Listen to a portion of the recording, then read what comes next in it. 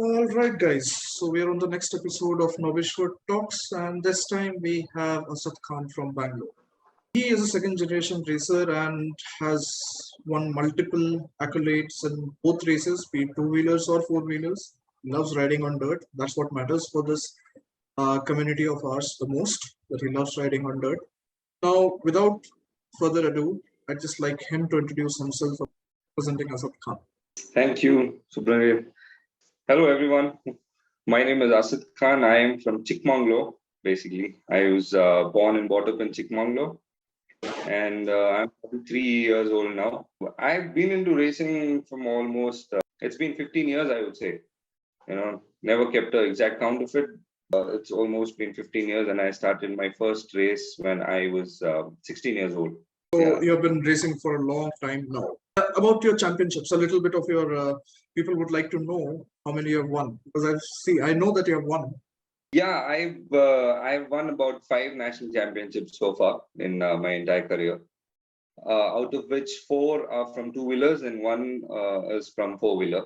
So unlike many others, I have had the privilege of coming from a motorsport background and trying both two-wheeler and four-wheeler. I did four-wheelers back in 2013, and that's when I won my four-wheeler junior INRC runner-up championship. I just lost my championship by 1 point, which was very disappointing. It was a well fought battle, I would say. It was a year to remember for me, definitely. A lot of people in four-wheeler racing still talk about that particular year because the whole fight, it was crazy. Now imagine if something like that was actually captured live and everything was captured and archived properly. People would have enjoyed it still. People who are coming new into racing, who want to get into it and who want to watch at least the old tapes. We don't have any such tapes most of the time. Definitely. I mean, no doubt if it was ever recorded and displayed properly, I don't think even words would make justice. I don't think I'll be able to put it in words. The whole experience of that year for me, it was very fierce, very professional. That was my first year of professional racing in four-wheeler, and we went. I was driving a ST Maruti ST. I was battling with the much faster Honda Cities and the Balinos. So that made it more special. And I was driving a 1300 cc car, battling it with the 1600 ones. And we took it to the final round, and I just lost lost by 1 point. It was a mechanical failure for me at the end, which was very disappointing. Definitely, like I said, words wouldn't describe it. Words wouldn't make justice to it. Oh, I wish I could watch that race somehow. We go back in time someday, definitely. So this is amazing. You will literally drive or ride anything that has an engine and few wheels. Could be 2, could be 3, could be 4, isn't it? That's about it, yeah. But yeah, people would like to know what bikes you have, because maybe in the future Knobbeshwar will definitely go into other formats as well related to riding on dirt. It could be four-wheelers as well. We will definitely incorporate that. But for bikes, which bikes do you have right now, and which one of those do you prefer the most? I have quite a few bikes. I started my racing career with a Suzuki Shogun, which is my dad's bike. And let me tell you, my dad is also a racer, so that's how I got into it. And like many others, I had the privilege of going to the national races at a very young age, being a part of the service crew. My dad's team was they used to run. Dad and my uncle used to support him back then. That's how it all began for us. And that's I think it's a 94 model Shogun, which was his last race bike. I mean, that was the bike he raced in last, and then he just quit. That was my first race bike. So we have a very special memory about it. Me and my dad literally sitting in one room building the whole bike for ourselves. He built the first bike for me. And I still, it's a fresh memory for me anytime you ask me about it. So that's where it all began. And ever since, there was no looking back. And I have then afterwards I went on collecting a few more Shoguns because I was in love with that bike. And I had I still have a Shaolin, then Fiero. So I must say I was, I'm a Suzuki fan, a TBS Suzuki fan. So started when everyone else was running behind RXs, I was the one who used to still bet my money on Shogun because I really was comfortable with that bike back then. Yeah, I have a RX 100, a few four strokes, Fiero, Apache, and yeah, definitely the big bikes. I also have a Suzuki RMX 450, which is the recent one. So that is the bike that I last rode till last year, of course. And yeah, there are more plans. Definitely, it's never enough for a biker, for an enthusiast. Yeah. That I very well know. I am just into like 2 years, first couple of years of my riding now, and I already feel that I definitely need. You can just see from all the gear there. This is the collection of just 1 year. I just bought everything out, made sure not just about bikes, but yeah, uh, the gear as well. So I can Exactly. definitely understand your feeling. So which bikes out of those do you prefer riding the most right now? Nothing so specific that I prefer riding. Of course, I'm riding a Suzuki RMX now in the rallies. It's very hard. One thing, hard to find spares for the older bikes like the Shogun, for example, Shogun, Shaolin. So I have kind of restored them. I have, kind of made them stock, and it's at my house in Chikmagalur. And I usually take it out for a spin, then wash it, make it spick and span, make sure everything is running. You know how it is, a biker enthusiast, a biker fan. They keep. I think we spend more time with our bikes than anything else in life. That's true. Sometimes even our wives say that. My wife literally calls my bike her Saturn. When did you started racing in 2013? All right. No, I started my first race was back in 2005. 2013 is when I raced cars. Okay. Okay. Yeah, So you started racing as 2005. 2005. And which formats 2005. did you start with? I started directly with a national rally. I never went for a local race. That I never had that in my mind. Okay, let me start with a smaller event and then go see how it is and all that. Like I said, I always had that privilege of attending events, being at the national events, and I had seen it that how it. I had the clue, and I knew how it works. But then again, going all by myself, standing in the start lane, because it was a little difficult for me because the rally format, if you all know, I mean, uh, there is a lot to do with the timing. There's a lot to do with your calculations, your time card. It's not like just go line up in the start lane and then you race. So there's a lot of preparation that went in. Initially, nobody thought that I could, really make it and really do that well in my rally. I, by the way, won the Novice Cup, won my category, and I did overall second in that rally.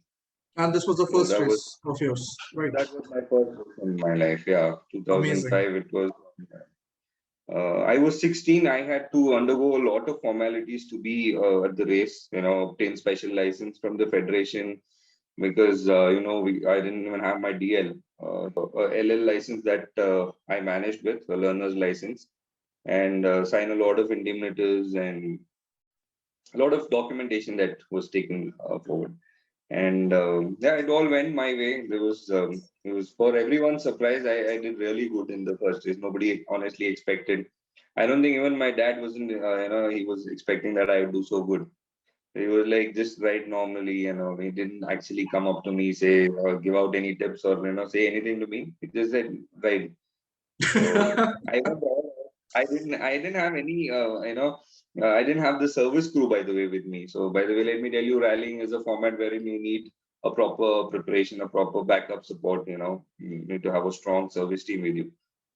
So I never had that back then. So I thought it's okay, just we'll race. And then a few of dad's friends and his juniors were there to help me out. They tightened the chain and they looked after some bolt nuts here and there. And I finished the race. So that was a great feeling. Amazing job. Of course, your dad made you like your dad was an inspiration on why you would enter racing. But there are other formats of racing in India as well. There's motocross, there's supercross as well.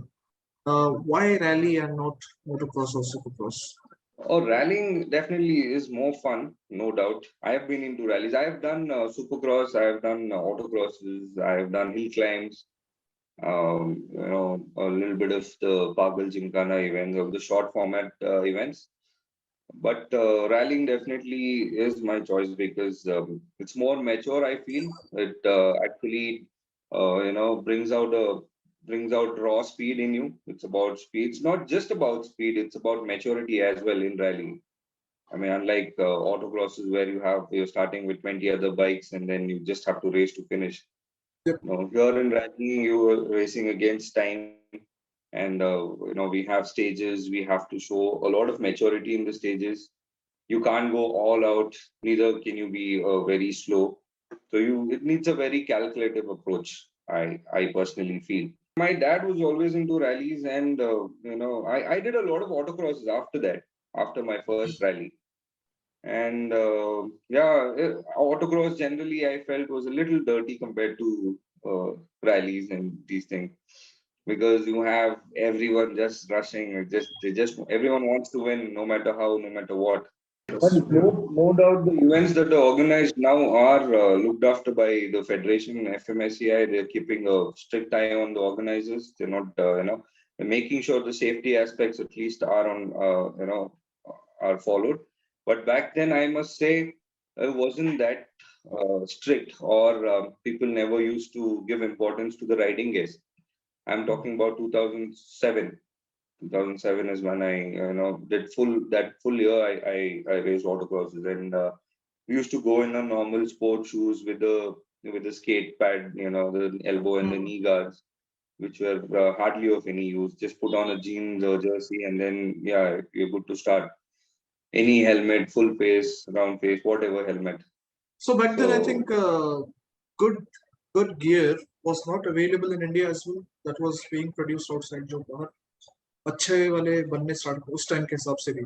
I think Alpine Star was बहुत there back मुश्किल then. था बहुत मुश्किल था उस time पे लेना because people hardly had that knowledge about the riding gears, और जो भी available थे वो बहुत expensive थे because of course कोई ना कोई उसको import करके बड़ी company, we only used to see I think the factory guys wear those boots and the proper riding gears, and one thing that I felt compared, people were not easily accessible back then. If you had to go to someone, reach out to someone, talk to them about the riding gears, be it anything, about taking some suggestions, tips, people were not accessible. I personally feel that, attitude, I don't know, I mean, I shouldn't be saying this, but वो different mindset था उस time पे. लोग बता नहीं थे उस time पे. मैंने कोशिश किया था, but I went with my dad for one, after my 10th is when we moved to Bangalore. After that rally, this rally happened in Chikmagalur, by the way, my hometown, the first rally. I was in my 10th grade back then. And then after that, for my college, we moved to Bangalore. And I was really a big fan of racing. And also me and dad took me to one of the races here. And I tried to approach one of the riders. I think he was from Yamaha Racing. So I don't really remember his name. I just asked him like, ये boots कहाँ पे मिलेंगे? मतलब how much are these boots and all that. So and he used to just look at me and say these are 15,000, and 15,000 back in 2006 to 7 very expensive, and nobody even could imagine के 15,000 के 20,000 के boots आते होंगे. It was like It was that. a lot of money, yeah, exactly. कोई हाथ पकड़ने वाला नहीं था, कोई सही डायरेक्शन दिखाने वाला नहीं था उस टाइम पे कि okay, this is something you should do, this is how it needs to be done. Unlike now, the times have changed. Like I said, world of social media, world of YouTube videos, whatnot, we have access to so many things now. Exactly. I So feel that's something we want to work on as well. I mean, me as with this page and everything, I want to work on this very much, wherein information is easily accessible to people. Where to get good boots, how to enter racing, what do I need to do if I want to enter racing. I'm a really good rider. Can I enter racing? If I want to race, what all documents do I need? Who do I go to? Where do I submit it? All this information is not still easily available. If you see, still getting good gear is actually an issue in India. So, what do you feel should change in this, and how can we? I personally feel things have changed a lot compared to how they were 10 years ago. Okay, there's a lot of accessibility to the riding gears, to the bikes, to the people whom you can run to, whom you can look up to for suggestions, and it's become quite accessible now.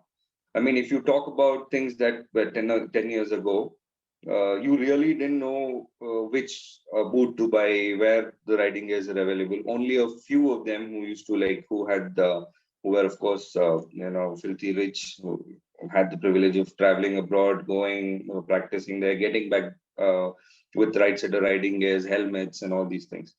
So definitely now the safety standards have changed. Talking positive side, safety standards have changed. You need ECE approved helmets, TOT, whatever the certification, the double D ring locks, the basics. I'm telling you. I mean, all these are looked into, and which is a good thing, by the way. Your gloves, your right set of boots. Nobody is allowed to ride without the right riding boots now. At least high ankle riding boots is what they ask for, if not the proper MX boot. I would see it in a positive way. I mean, still people, of course, the newcomers without any knowledge about it, without any background, any guy wants to get into it, they find it difficult still. But the good thing I would say is there's so many academics that are coming up. There's so many people who are running their training programs, training institutes, and so many of them, of course, people just have to get on Instagram, message the top riders, whoever's doing good, whoever has this bunch of knowledge, and they reply.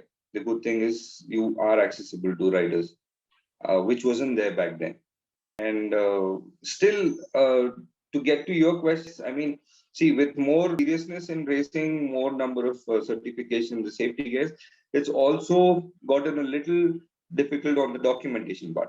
You need to have proper rally license, you need to have your insurance, you need to have your rally cover insurance, and all these things to reach, to get to a start lane. Trust me, a privateer finds it very, very difficult, very hard, till he sorts out the documentation part. The right set of riding gears is still a task for a privateer.